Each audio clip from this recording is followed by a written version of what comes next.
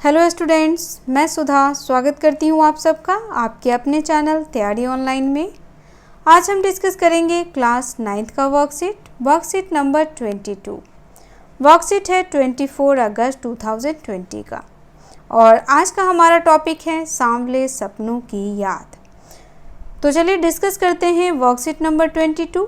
अगर आप हमारे चैनल पर नए हैं तो आप हमारे चैनल को सब्सक्राइब कर लें, बेल आइकन को दबाएं ताकि सभी नोटिफिकेशन आप तक पहुंचता रहे।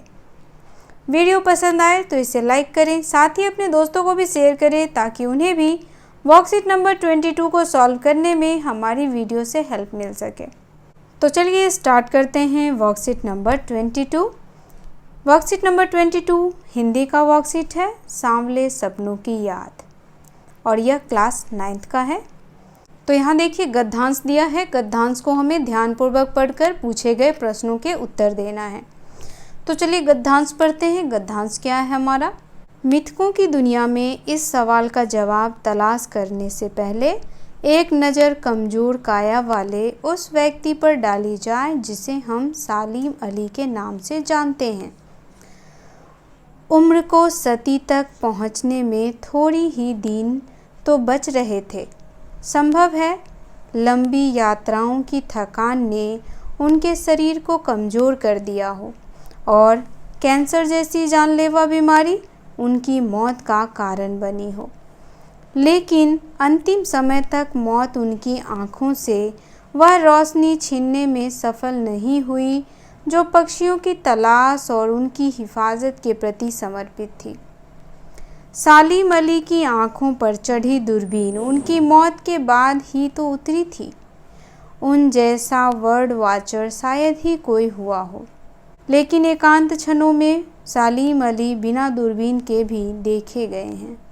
तो बच्चों यहाँ बात हो रही है प्रसिद्ध पक्षी वैज्ञानिक सालिम अली की। सालिम अली जो थे वह पूर्ण रूप से पक्षियों के प्रति समर्पित थे। वह उनकी हिफाजत करते थे और साथ ही वह पक्षियों से प्रेम भी करते थे। उन्होंने अपना सारा जीवन समर्पित कर दिया पक्षियों की हिफाजत में।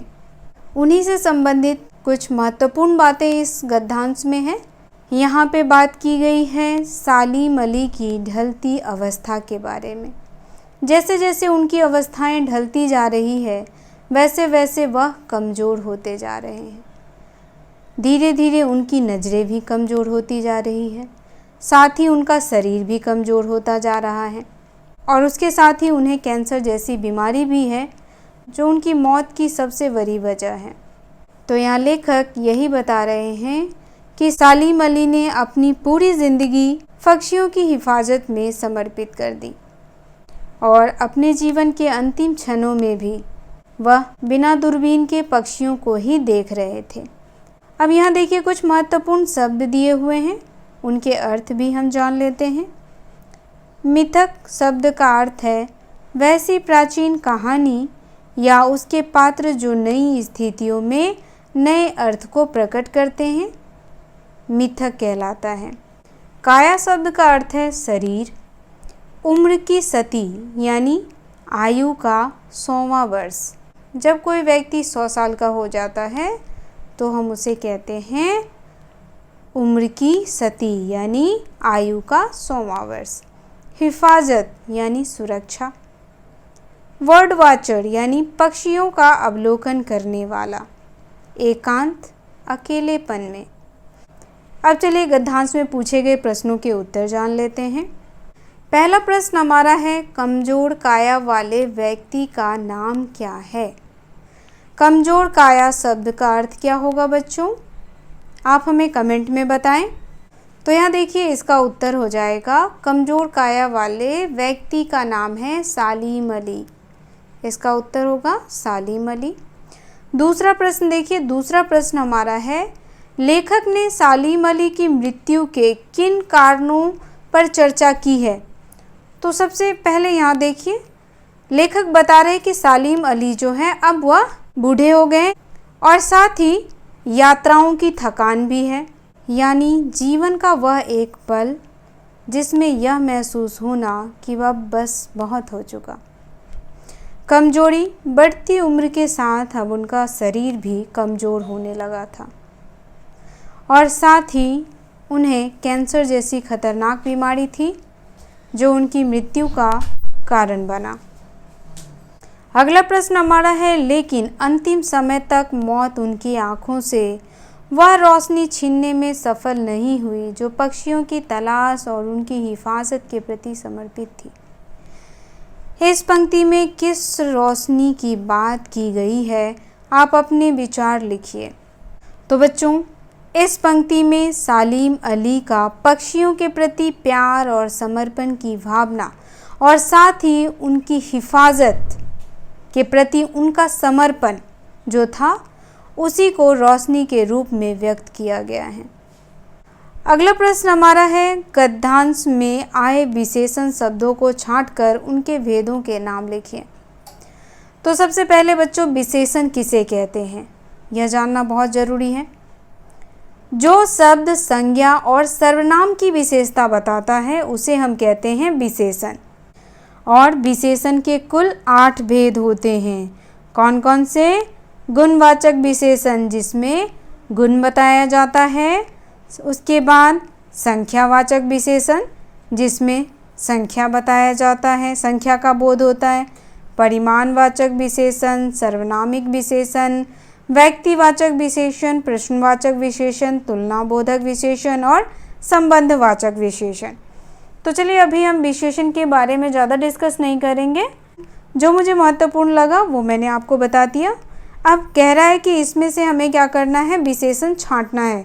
जो हमारा गद्यांश दिया हुआ है उस गद्यांश में से हमें विशेषण को छांटना है और बताना है कि इसमें कौन कौन से विशेषण हैं। विशेषण के भेद भी हमें लिखना है।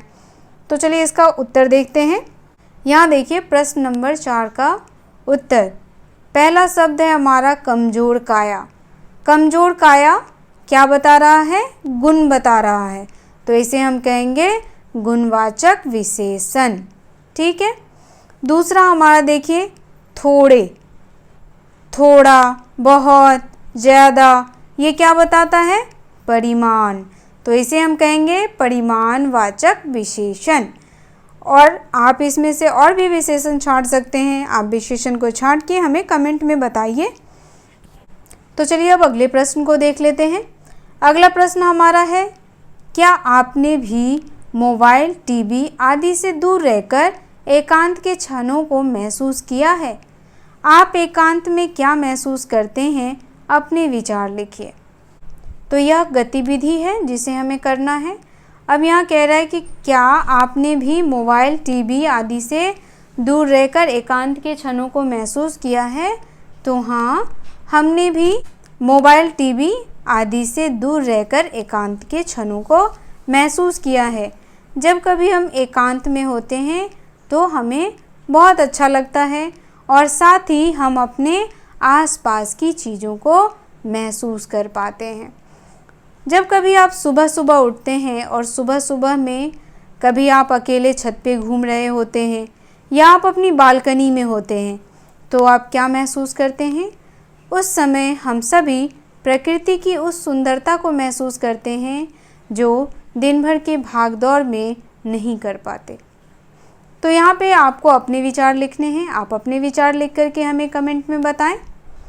तो ये वर्कशीट यहीं समाप्त होता है। मिलते हैं अगले वर्कशीट में। अगर आप हमारे चैनल पर नए हैं तो आप हमारे चैनल को सब्सक्राइब कर लें। वीडियो पसंद आए तो इसे लाइक करें।